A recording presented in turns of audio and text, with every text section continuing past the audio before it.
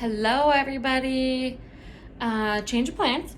I was going to videotape at school so you guys can see the board and it would read it to you in all sorts of things that the kids are normally doing, but the custodians are deep cleaning the classrooms, and so they're cleaning the floors, and everything in the classroom is in the hallway, and there's really loud fans, and just didn't think it was a good idea. So I decided to work from home today so I can have some peace and quiet.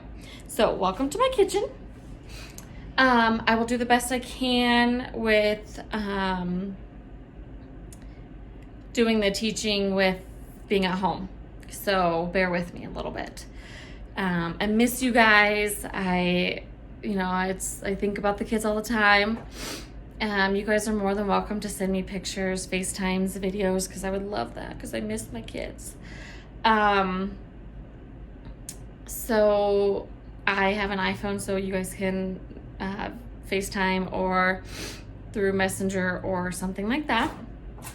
But let me think. If you guys have any questions or concerns, please text me, call me, email me, remind me. And my paras will be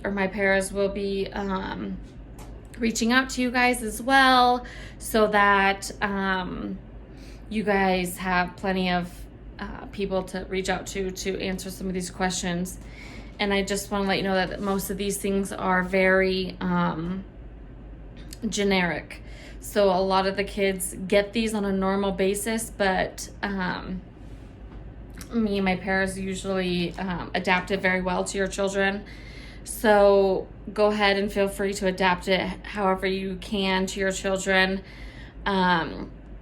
It's not gonna affect them in any way, as long as the content is not the content is not the idea, it's the concept. So I know that some of these news to yous are very political or very news friendly, but it's not the content that I am trying to address. It's the concept of reading an article or reading a piece of language and then answering questions and finding key details in the work to be able to answer questions.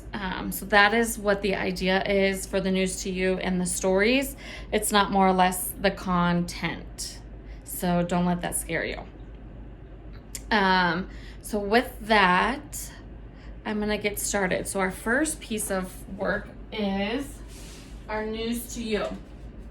Day one, news to you, is cherry blossoms blooming. So what we usually do, sorry, it's a little wrinkled right here because it got stuck in my paper. What we normally do here is the story reads this to them, just like if I were to read something to you. We talk about the picture, what they can see in the picture, if it's going to be the same of what's in the words. This one's not very worked on very, very much, because then we talk about how we're going to break it down. We always tell the kids, what are we gonna do now? We're gonna break it down. And they always do this.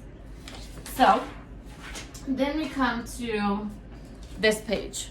And this is where we read it sentence by sentence, and we find key details and pictures in the story. And usually some kids will come up and press the buttons and find things. Here's the rest of the story. Do the same thing for this page. And then when we're done with that and we talk about the key details, we have our review page.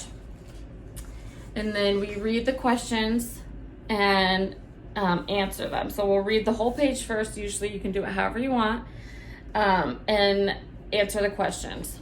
And then the idea is to have the answers up on the board for them.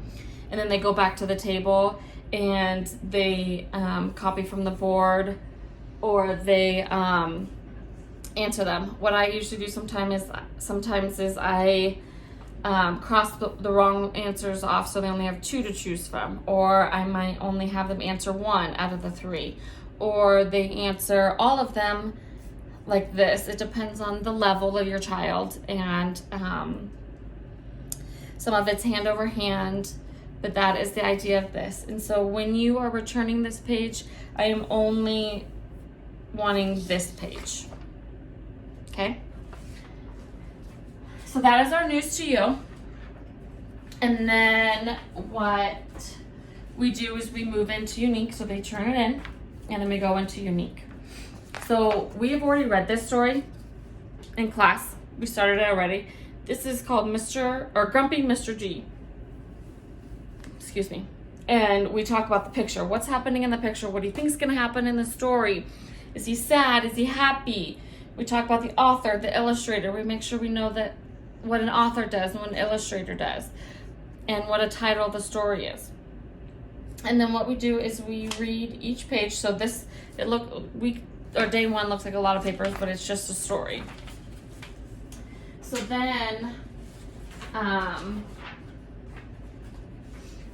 we go page by page and we read the story, and we dissect the picture, and we talk about the words and what is happening.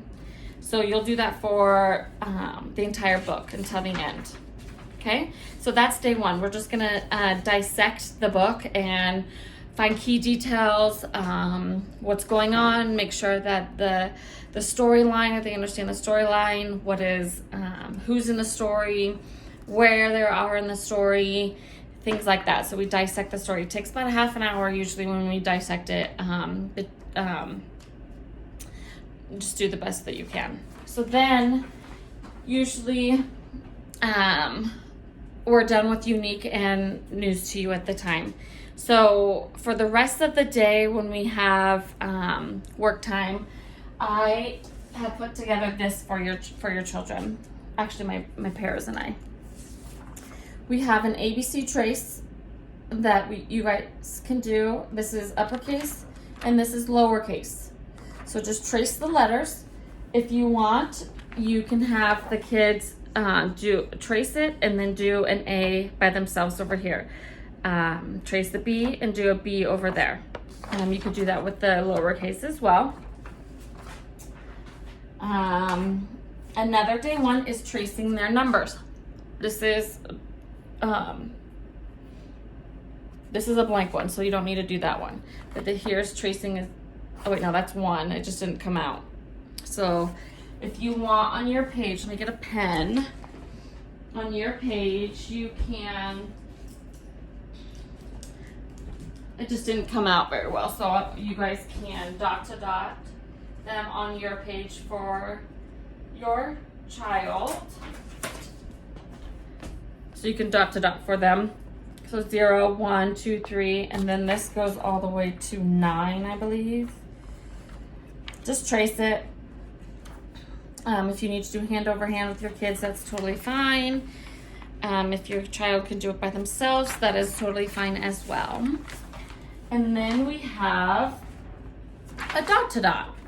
So you're gonna find number 1 and you're gonna trace it all the way around, and it's going to be an octopus. So then they can color the octopus. The idea is just being able to trace the line and then color. So that is the work that I have for day 1. I will send a video for day 2 and day 3 on those days. I know that OT, occupational therapy, had put a couple of pages in there in either folders. It is a cut and color. Speech has put assignments in there for your children to do. APE has put assignments in there for your children to do. I put a couple extra things in there, like the weather boards, and get the bear dressed to talk about the weather for the day. There is YouTube videos in there, links to YouTube videos in there that we watch for the day, every day, that the kids love. And there is week 1 and week 2. Other than day 1, everything is scattered in there. So you're just gonna have to look through the binder, or the binder, but the packet, to see what you guys have, because there's so much more in there that's individualized just for your children. There should be a letter in there that tells you what we do to help work on your children's IEP goals, and how you guys can help with those. There should be plenty of things for you guys to do. This is week 1, and again, I wanted to be able to teach this in a better format so you guys can have the kids watch it. But if you guys want to FaceTime me, I should be home all day. If you guys want to call me or video chat, Zoom, I'm more than welcome to go over any of this with your children. Today and tomorrow are pick up the packet days. The times are 12 to 1:30 and 4 to 6, or 4:30 to 6. I highly encourage you guys to pick up the packets, because the progress reports are in there. There is paperwork that should have went home this past week, actually, in their peaches, but we didn't have school. There's other information in there. If you have any questions or concerns, please don't hesitate to call, text. I will be calling you guys at least once this week, maybe twice. I know I've already talked to some of the parents. Yeah. And then I wanted to end with a reading. So I wanted to read a book to your children for them to listen to. A book that they love, that they listen to all the time, and I thought that they would love it, so I wanted to read it to you guys. Today I am going to read Clark the Shark. They love this book. They listen to it all the time. So with Clark the Shark, remember, Clark the Shark is our title. Remember, written by Bruce Hale. He's our author. He writes the words. The illustrator's by Guy Francis, and he draws the pictures. Okay. Clark the Shark. Alrighty.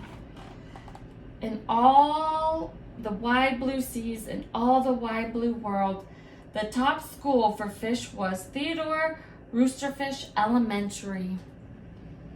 And all the fish at Theodore Roosterfish, the biggest and the strongest was Clark the Shark.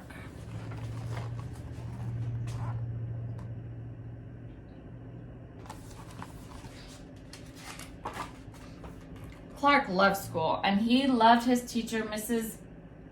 Inky Dink. He loved to play upsy-downsy and spin-a-mug-jig with his friends. Clark loved his life.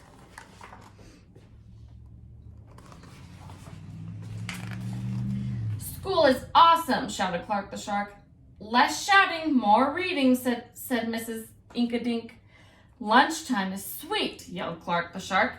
Munch your own lunch, said his best friend Joey Mackerel. Recess rocks, bellowed Clark the Shark. You are playing rough, Clark, cried the other kids. Yes, Clark loved his life with all of his sharky heart, but he loved everything way too much. He was too loud, he was too wild, he was just too much shark for the other fish to handle. After a while, no one would play with Shark. No one ate lunch with him. No one sat with him at circle time. Even his best friend Joey Mackerel said, "Cool your jets, Clark. You're making me crazy."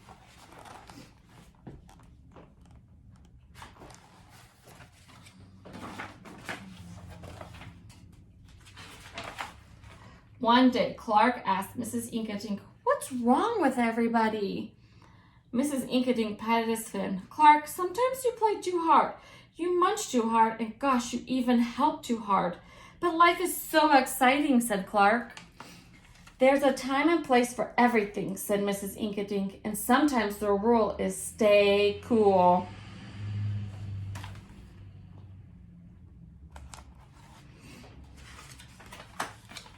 At recess, Clark tried to stay cool, but he pushed the swing with too much zing. Sorry, said Clark. I forgot. Yikes, cried Joey Mackerel.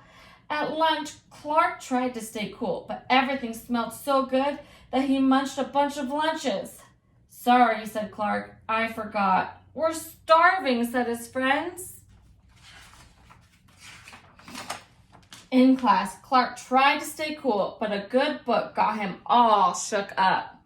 Now, Clark, said Miss Inkadink, this isn't the time or place. Tell me, what's the rule? Stay cool, said Clark. Hey, that rhymes, he cried. Then Clark got a big idea in his sharky head. Maybe if I make a rhyme, I'll remember every time. He thought. The next day, he put his plan to work. In class, when lessons got exciting, Clark wanted to bounce out of his seat.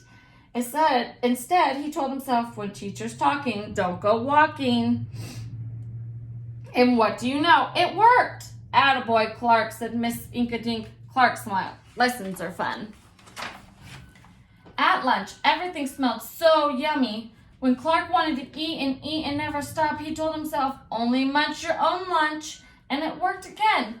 Way to go, Clark, said his friends. Clark grinned. Lunch is fun.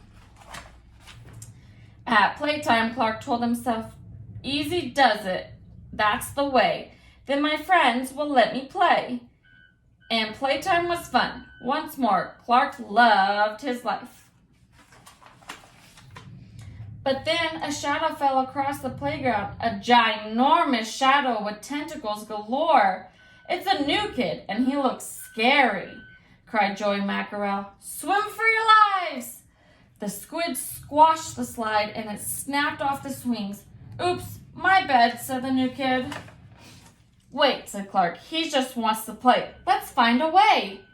And he swam at the new kid with all his might. Clark played harder than he ever had before. Upsy, downsy, and spin-em-a-jig. Why, he even made up a new game. Tail Wampa Lompus. Wow, that was fun, said the new kid breathlessly, and he settled down. If you want to come to school, you've got to stay cool, said Clark. That's right, Clark, said Miss Inkadink, and thanks for taking care of our new classmate, Sid the Squid. Hooray for Clark the Shark. Everyone cheered. That night, Clark's mother said, what did you learn at school, dear? There's a time and place for everything, Clark said. Sometimes you stay cool.